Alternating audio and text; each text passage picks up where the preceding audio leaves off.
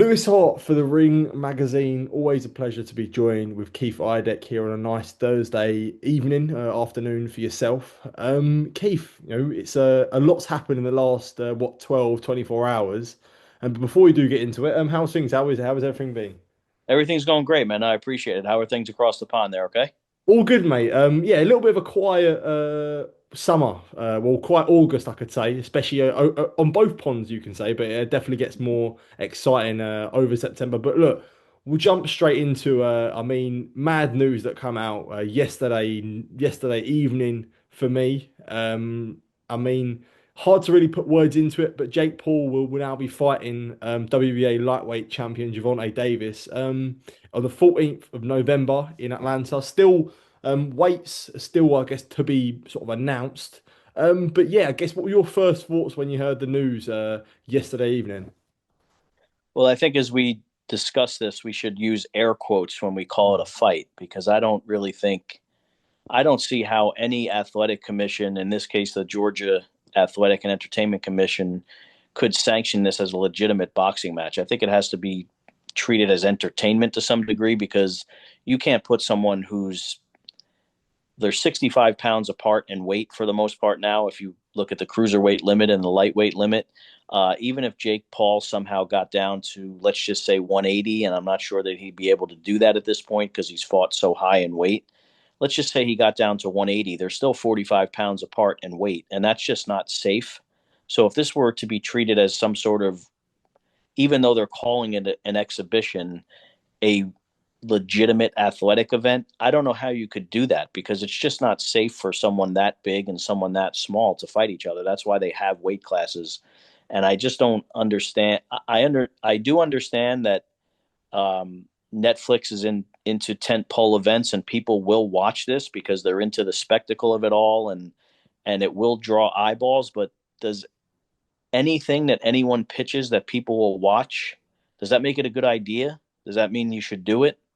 Um, I don't really see the point of it, frankly. They're going to make a lot of money because people will watch, especially Jake Paul's fans. But I don't understand the point of it from a boxing standpoint because there's no, other than them talking a little bit of trash to each other back and forth, there's no public clamoring for this. There's been no, whereas if Canelo would have fought Jake Paul, people would have looked at it like a legitimate athletic competition, and Canelo being at least closer in weight to where uh, Jake Paul is. And in that case, you would say, okay, well, if Crawford could move up two weight classes and he's really a welterweight, so he'd really be moving up three weight classes to fight Canelo, well, then it's okay for Canelo to go up in weight technically two weight classes to fight someone who's much less experienced and worse, so much worse that they don't belong in the ring together. But at least from a physical standpoint, you would understand it because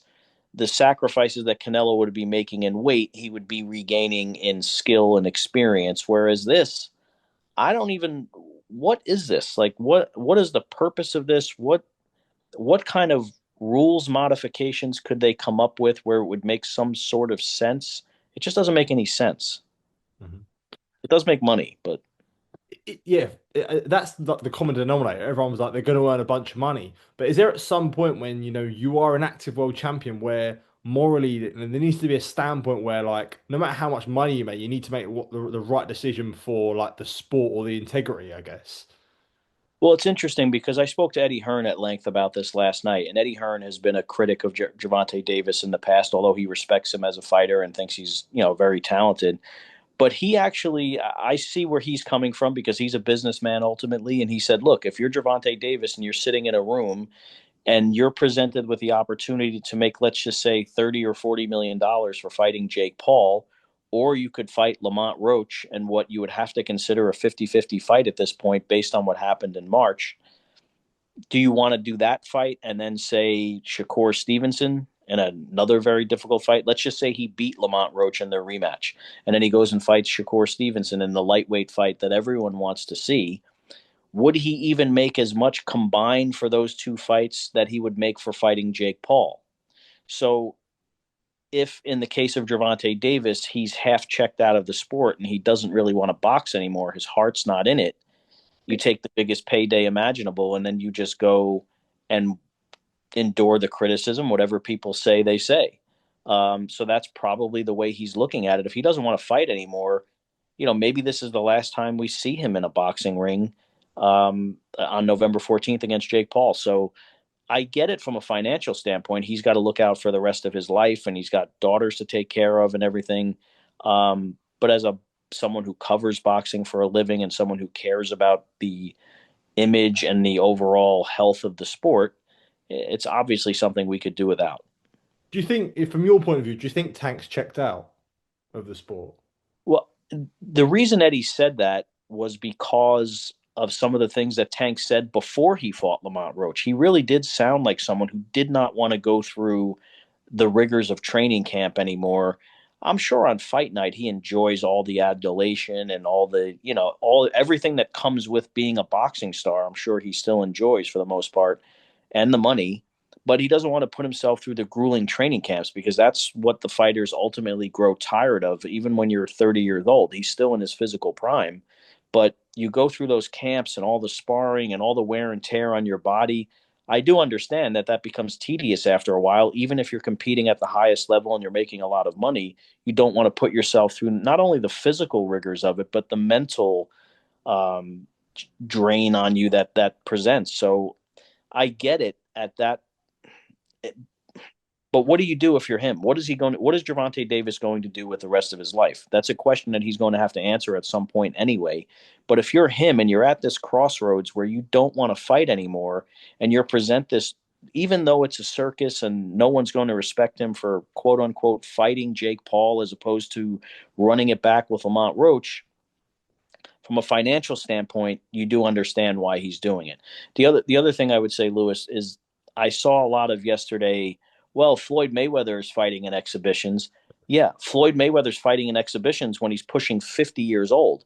And when Floyd Mayweather, during the course of the prime of his career, when there was ever a blemish that he felt he needed to correct, he did it immediately. When he fought Jose Luis Castillo in 2002, and there was some discrepancy as to whether he won. While I thought he won the first fight, although it was razor close, he came back in an immediate rematch and convincingly beat Jose Luis Castillo, although that was a competitive fight as well. But he fought him right away. He did the same thing with Marcos Maidana. So that's not Gervonta Davis is going in the complete opposite direction. He's not 40 years old, he's 30 years old. And for the first time in his career, there's a fight where people think that he lost and he's not doing anything to rectify it. That's what that goes on to my next question. So it seemed like we was going to get the rematch. I know there was obviously a date touted for August 16th that didn't come to fruition. Um, like as a boxing fan, when you do see him opt out to take on Jake Paul, like do you think that do you look at that as almost like a duck in a sense or a frustration when you'll be like, this is the fight we want to see, and you're going to go and fight Jake Paul? Yeah, and that's exactly what Lamont Roach tweeted yesterday. He tweeted the duck emoji. And I don't know how you could look at it any other way. If Gervonta Davis's kneel down was counted as a knockdown by Steve Willis, as it should have been, he would have lost that fight. So, in the court of public opinion, Gervonta Davis lost to Lamont Roach. Could he win the rematch? Yeah, of course he could win the rematch. He's a talented guy, and I don't think he took Lamont Roach lightly. I really don't, because he was very familiar with Lamont. They had sparred each other a lot because they're from the same Baltimore, DC area. They knew each other well. And in Gervonta Davis's defense, he was the one who kept saying throughout the buildup toward this fight, you guys are dismissive of this fight like I'm fighting some guy who doesn't belong in the ring with me, and that couldn't be the furthest thing from the truth. He said that the entire time, and the fight played out exactly that way. So I do give him credit for that, but I just don't understand from a pride standpoint. And there's a lot of ego involved here and everything. Why he wouldn't want to run this back with Lamont Roach, unless maybe he is more committed to remaining in the sport for the next few years than we know. And he's like, well, look, we'll just go do this Jake Paul thing, and then I'll fight Lamont Roach. The problem, unfortunately, for Lamont Roach is he was contractually obligated to give him this immediate rematch. He was more than willing to do that. And now, if Lamont Roach goes and fights someone else, let's just say he stays in the lightweight division, which it seems like he wants to do because it's more comfortable for him to make weight. He obviously performed very well at lightweight. let's just say he gives up his 130-pound title and remains at lightweight and takes a tough fight. Let's just say he fights Shakur Stevenson or someone, someone very formidable, and he loses. Well, then the rematch loses its luster because he's already lost to someone else. So it's a huge risk that everyone's taking. And Lamont Roach can't sit around and wait for Gervonta Davis to go make a huge pile of money to continue his career. He's got to continue fighting and earning money because he obviously makes a lot less money than Gervonta Davis and has a family of his own to feed. And I guess in itself, when you look at Gervonta Davis and like boxing in itself, is it a worrying time for the sport, you could say, where you got someone like Tank who he can be involved in some brilliant fights with guys who are in and around his weight, like Shakur, the Lamont Roach rematch. You could look at Teofimo Lopez, Richardson Hitchens. I could name you so many, different guys where the boxing that would appeal to a boxing fan. But with that, with him not choosing to do that and being like, Jake Paul's the biggest fight out there for him. When you look at the wider version, like as a boxing fan, like, is that a concern, do you think, to see something like that? Absolutely, it's a concern. And in terms of Gervonta Davis's legacy, it damages it because the knock on Tank has always been that he didn't want the toughest fights. He wouldn't take the toughest fights. When Vasily Lomachenko was closer to his physical prime and that fight was presented to him or pitched to him many times, Floyd Mayweather and Leonard Ellerbe and maybe not so much Gervonta Davis himself, but his team made it clear that he was going to steer clear of Vasily Lomachenko when that was the fight people thought Tank could participate in to really prove himself at the elite level. He didn't want it until last year when Vasily Lomachenko was already 37. I believe he was 30, maybe he's 36 at the time. But that fight was presented to Lomachenko, and Gervonta Davis did want it at that time, and they thought they had a deal in place to do it. And Lomachenko decided instead of fighting him in November that he was going to take his time to decide what to do, and ultimately he retired. So people will criticize Gervonta Davis, and fairly, by saying, oh, well, you wanted to fight him when you knew he was basically on his way out of the sport and he was 36, 37 years old. Well, that's rather convenient for you. So now Gervonta Davis and his team are saying, well, we wanted to fight Loma, but he didn't want to fight. When the truth is, when that fight mattered more and Vasily Lomachenko was closer to being at his peak, Gervonta Davis and his team steered clear of it. Now people want to see him fight Shakur Stevenson, and he doesn't seem to be moving toward that fight. And he's been very dismissive of Shakur, like Shakur doesn't deserve the opportunity when he's fought a lot of lesser fighters who, if you're going to say Shakur Stevenson didn't deserve the opportunity, well, then they certainly didn't, including Lamont Roach, who rose to the occasion and fought brilliantly that night. But yes, I mean, he's opening himself up to a lot of criticism here, and it does not speak to your original question, Lewis, does not speak to the health of the sport when Gervonta Davis is just bypassing all of these fights that people want to see in favor of whatever this is supposed to be. Yeah. What would you like to see the WBA do? Do you think he should get stripped? Nah, 1,000%. How do you not strip him? If you want to go fight exhibitions against cruiserweights and make a pile of money, the consequence should be that you get stripped of the title because you can't hold the title hostage. And honestly, the WBA has been very lenient with him over the course of the years, having him fight for their regular titles and then elevating him to championship status and all this all of the nonsense that the WBA partakes in. He's been a party to that for a long time. And I don't see how you now Gilberto Mendoza will do a lot of things that don't make any sense and he shouldn't do. So I'm not saying they won't keep Tank in that position because he is a cash cow, so to speak, in the division. So they might keep him in that position, but I don't see how you justify it. Hmm. Interesting. I just wanted to quickly touch on I guess Lamont Roach. And as you mentioned there, you sort of talk about what he potentially will do next. And I mean, Shakur was pretty open, saying like, look, if I can't fight Tio, look, I'm gonna go and fight Lamont. Yeah, what do you think about Shakur against Lamont Roach? That as a fight. I think it's a very good fight now because I get the sense from Shakur that he has a real respect for Lamont Roach, much like Gervonta Davis did. Like he's in boxing circles. Not, I don't mean they were. He's a nice guy. Obviously, Lamont is very humble and everything. But I think from sparring and the private opinions that fighters have of each other. I think Lamont Roach is a really respected guy within the boxing community among boxers than he is by the public, but certainly before March 1st. I think he's always had that respect. And he had only lost one time. He lost to Jamel Herring, how many years ago that was, 5 years ago or whatever, but 6 years ago maybe. But Shakur has a healthy respect for him, and Shakur might need Lamont Roach in that sense if he's going to stay at 135 pounds.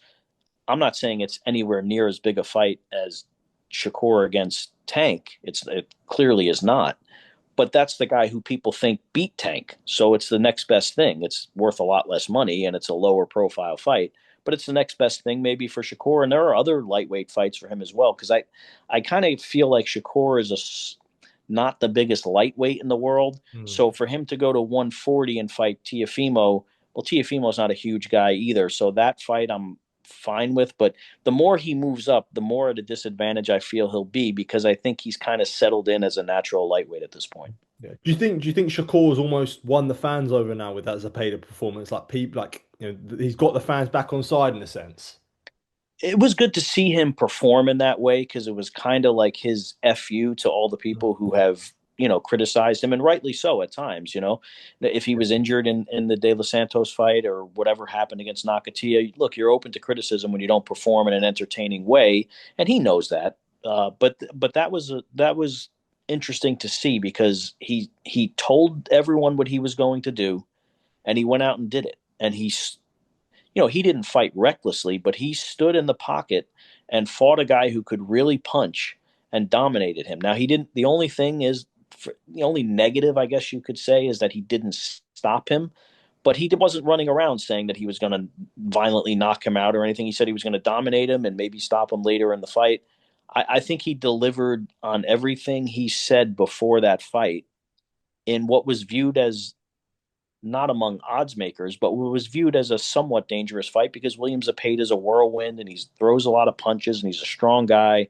So it was one of the probably two best wins of Shakur Stevenson's career. The Oscar Valdez performance was very good as well. He knocked Oscar Valdez down in that fight and dominated him as well.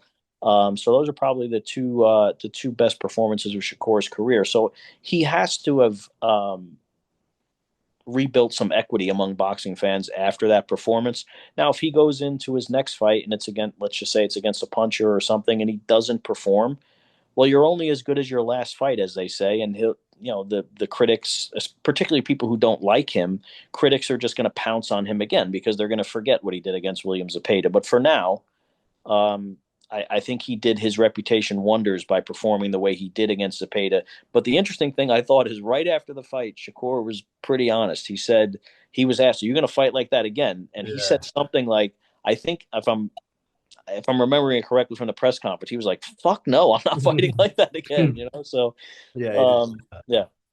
And Eddie did tell me, by the way, I spoke to Eddie Hearn, like I mentioned earlier. I spoke to him last night. He was down in Australia for the DAZN card this weekend.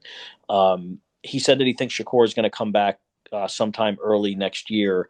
They hope that it's against Teofimo Lopez, because with everything that's going on with Tank and everything, it's obviously not going to be him. But I did ask him about fighting Lamont Roach, and he said he thinks that's a fight that they would want as well. Yeah, interesting stuff. Look, Keith, always appreciate you jumping on. At any point, always good to catch up with you. Are you going to be in Vegas for Canelo Crawford? Yeah, always good to be on with you too, Lewis. But yeah, I'll definitely the whole week. We'll be there Well, all week. You coming out there for it? I am. Awesome, Yeah, I'm awesome, coming man. out. So I'm sure we'll be catching up around then on what's going to be just a crazy, crazy week. Yeah, there's a lot of stuff. A lot of I got a little glimpse of the fight week schedule, and there's a lot of stuff going on that week. So we're going to be pretty busy. Look forward to seeing you out there, man. Yeah, top man. Thank you. Cheers, Keith. All right, take care.